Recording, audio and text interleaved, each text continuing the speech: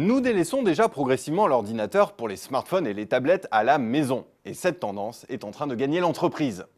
Conséquence, les SI vont nécessairement passer par des App Store. Alors pour parler de ces App Store d'entreprise et de leurs enjeux, je reçois Renaud Gruchet et Olivier Bimbenet de Sopra Consulting.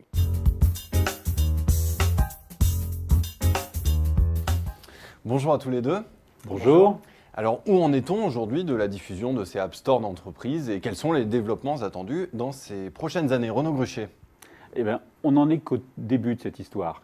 Mais tout indique que d'ici 3 ou 4 ans, les tablettes et les smartphones auront pris le pas sur les PC dans l'entreprise, exactement comme cela se passe actuellement dans les foyers. Ces terminaux emportent nativement dans leur bagage le concept d'apps. Aussi, avec le déploiement de ces nouveaux terminaux, on devrait voir parallèlement se développer des micro-applications visant des usages professionnels dans tous les métiers d'entreprise. Ces applications seront distribuées vers les salariés via des plateformes dédiées, des App Store d'entreprise. C'est un peu comme l'App Store d'Apple ou le Google Play d'Android, mis à part que la plateforme n'est pas ouverte au grand public. Et les entreprises, est-ce qu'elles ont conscience de cette évolution? Oui, totalement. Toutes les grandes entreprises, tous les grands groupes ont mis en chantier des programmes ambitieux dans la mobilité. Tous sont construits sur des nouveaux terminaux et leurs nouvelles fonctionnalités interactives. Air France, Sanofi, la Société Générale, la SNCF distribuent déjà ou vont distribuer des dizaines de milliers de tablettes à leurs salariés. Olivier Bimbenet, est-ce que vous auriez des exemples tirés de votre activité? Oui, un exemple dont on parle beaucoup, c'est le groupe La Poste, qui équipe environ 100 000 facteurs de smartphones grand public, avec des applications professionnelles qui vont traduire les gestes métiers du facteur effectués pendant sa tournée.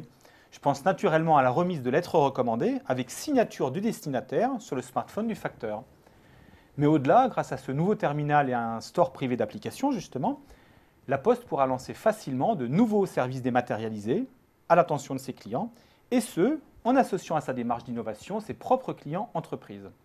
Ce sont là des avancées importantes pour enrichir l'offre de services, en bénéficiant d'informations transmises en temps réel, ce qui permet une gestion plus fluide de la chaîne logistique. Mais on imagine que cette adaptation à la mobilité, donc le basculement vers ce modèle d'App Store d'entreprise que vous nous décrivez, tout cela représente un investissement considérable. Oui, c'est évident, un investissement important, mais tout indique qu'il se révélera bénéfique rapidement et que les bénéfices se dégageront selon 2 axes. Alors, le premier axe, c'est celui de la réduction des coûts opérationnels avec la transposition numérique des process existants, qui est en soi une source importante de baisse des coûts. Mais au-delà, le fait que 100% des salariés puissent avoir accès à des services numériques ouvre des perspectives nouvelles d'économie de coûts à grande échelle. Et le deuxième axe de concrétisation des bénéfices, c'est l'opportunité de dégager des revenus additionnels. Les nouveaux terminaux permettent de rendre des nouveaux services aux clients en situation de mobilité, et certains, bien sûr, peuvent donner lieu à une rémunération. Alors Renaud Gruchet, au-delà de la question de l'investissement, c'est aussi un véritable bouleversement dans les systèmes d'information des entreprises. Oui, c'est exactement le mot. Et il nous semble que ce bouleversement, c'est l'avènement d'un nouveau modèle, le modèle qu'on appelle pour nous Apps et Store. Ce modèle, il marque une étape nouvelle dans la construction des systèmes d'information. Nous avons vécu la construction des ERP, qui structurent le système d'information actuel en grands pans fonctionnels. Et voici qu'émerge, à l'opposé, un nouveau modèle qui donne des accès aux ressources du SI beaucoup plus simples, à base de microservices. C'est pour nous l'entrée véritable dans l'ère du SI orienté usage, à un besoin, à un usage. Il correspond une réponse simple, directe, et elle prend la forme d'une app. Surtout, cette app, elle est prête à consommer. Une fois distribuée vers sa cible, qu'elle soit client ou salarié, on entre de plein pied dans une ère de consumérisation de l'informatique professionnelle. Donc c'est plus de souplesse pour l'entreprise. Bien sûr, c'est de la souplesse, c'est de l'agilité.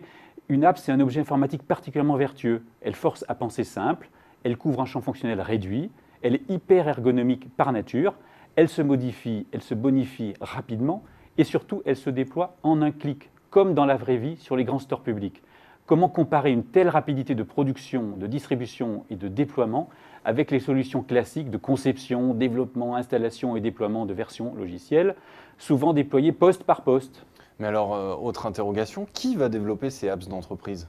Eh bien, il faut se rappeler que lorsque les entreprises se sont lancées dans le web, ce sont pour l'essentiel les agences de communication interactive et les pure players qui ont capté les premiers projets, ceux qui visaient avant tout les clients des entreprises.